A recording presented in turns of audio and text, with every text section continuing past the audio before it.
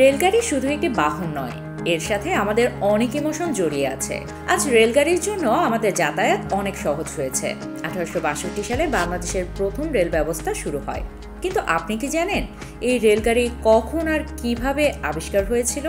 রহস্য জগতের এই পর্বে আপনাদেরকে জানাতে চলেছি রেলগাড়ি আবিষ্কারের রোমাঞ্চকর ঘটনা। সময়টা ছিল 1800 শতাব্দীর শুরুর দিকে।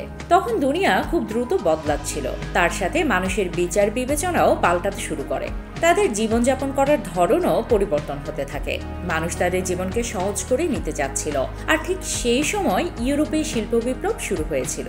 1712 সালে থমাস নিউম্যান একটি ইঞ্জিন আবিষ্কার করেন, কিন্তু সেটি খুব একটা সফল হয়নি।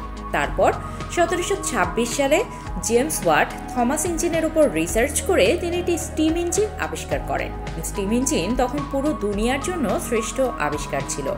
স্টিম ইঞ্জিন আবিষ্কারের পর থেকে তিনি এমন একটি গাড়ি আবিষ্কারের কথা ভাবেন, সেই গাড়িতে কোনো ঘোড়া থাকবে না, ঘোড়ার বদলে যান্ত্রিক সাহায্যে এটিকে চালানো হবে। সেই সময় ইঞ্জিন আবিষ্কারের উপরে অনেক বিজ্ঞানী কাজ করেন, কিন্তু তারা খুব একটা সফল হতে পারেনি। প্রথমবার 1769 সালে ফরাসি সৈন্যদের মধ্যে একজন ইঞ্জিনিয়ার ছিল, যার নাম ছিল নিকোলাস।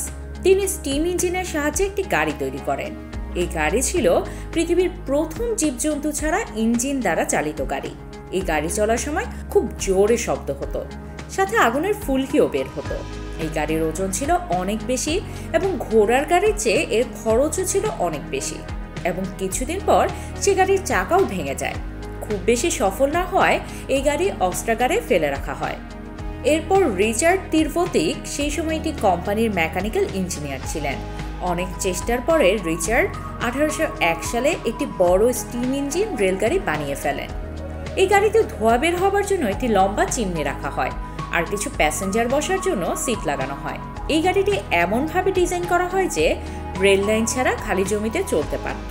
এই গাড়ি যখন চলতো তখন অনেক শব্দ হতো, তাই এই গাড়ির নাম রাখা হয় পাফিং ডেভিল, অর্থাৎ শব্দ করা শয়তান। এই গাড়ি প্রথম রেল লাইনের উপর চলতে দেখে মানুষজন ভয় পেয়ে গিয়েছিল। কিছুদিন এভাবে পরীক্ষা করার সময় সেই গাড়ির ভেতরে আগুন ধরে যায় এবং রিচার্ড খুব সাহসী ইঞ্জিনিয়ার ছিল। প্রথম আবিষ্কার পুড়ে গেলেও তিনি হার মানেননি। এরপর 1803 সালে রিচার্ড তার দ্বিতীয় গাড়ির আবিষ্কার করে ফেলেন। এই গাড়ি তিনি কর্নল থেকে লন্ডন পর্যন্ত চালিয়ে নিয়ে যান এবং তিনি বুঝতে পারেন এতটা পথ চালানোর ফলে গাড়িটি অনেক ক্ষতিগ্রস্ত হয়েছে এবং তিনি সিদ্ধান্ত নেন এই গাড়িটি শুধু লাইনের উপর দিয়ে চালাতে হবে। তিনি একটি কোম্পানির সাথে চুক্তি করে লন্ডন থেকে কর্নল পর্যন্ত রেল লাইন বানিয়ে ফেলেন। তারপর 1804 সালে একটি ট্রেনের ভিতরে 25 টন লোহা ও 70 জন যাত্রী নিয়ে রিচার্ড নিজেই 4 ঘন্টা 5 মিনিট পর্যন্ত সেই রেলগাড়ি চালিয়েছিলেন। পুরো পৃথিবীর মধ্যে প্রথমবার এত ভারী ও এত দূর পর্যন্ত কোনো স্টিম ইঞ্জিন চালিয়ে নিয়ে যাওয়া হয়েছিল, তাও আবার পুরোপুরি সুরক্ষিতভাবে। তারপরও সেই সময়কার মানুষ এটাকে অনেক ব্যয়বহুল মনে করত এবং সেই সময়ের অনেকগুলো কোম্পানি এই প্রজেক্টকে লাভজনক বলে মনে করেননি। এই কারণেই রিচার্ড এই প্রজেক্টের উপরে কাজ করা বন্ধ করে দিয়েছিল। তার অনেক পরে জর্জ স্টিফসন প্রথমবার ইঞ্জিনে কয়লা ব্যবহার করে রেলগাড়ি চালিয়েছিলেন। আর সারা বিশ্বে রেলগাড়ি যেখানে যেখানে পরিচিত ছিল না, সেখানে সেখানে তিনি রেলগাড়ি চালিয়েছিলেন। তার কোম্পানির নাম ছিল দ্য রবার্ট স্টিফসন কোম্পানি। রবার্ট ছিল জর্জের ছেলের নাম। জর্জ স্টিফসন স্টিম ইঞ্জিনকে মডিফাই করে আবার শক্তিশালী করে তোলেন, যা অনেক বেশি ভারী জিনিসপত্র নিয়ে যেতে পারত। 27 সেপ্টেম্বর 1825 সালে 38টি বগি ও 600 মানুষ নিয়ে একটি ট্রেন চালানো হয়।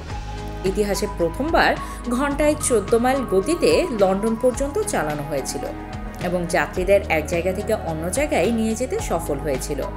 এবং ইতিহাসের প্রথম স্টিম ইঞ্জিনের নাম্বার ছিল লোকোমোশন নাম্বার 1। এই ঘটনার পর পুরো বিশ্বে কয়লা চালিত ট্রেন আবিষ্কারের উপর হইচই পড়ে গিয়েছিল। তার অনেক পর ডিজেল ইঞ্জিন আবিষ্কার হয় এবং ডিজেল ইঞ্জিন জুড়ে দেওয়া হয় ট্রেনের সাথে। বন্ধুরা, ডিজেল আবিষ্কার নিয়ে ভিডিও দেখতে চাইলে কমেন্ট বক্সে কমেন্ট করুন। আর ভিডিওটি ভালো লাগলে লাইক, কমেন্ট ও সাবস্ক্রাইব করে রহস্য জগতের সাথেই থাকুন।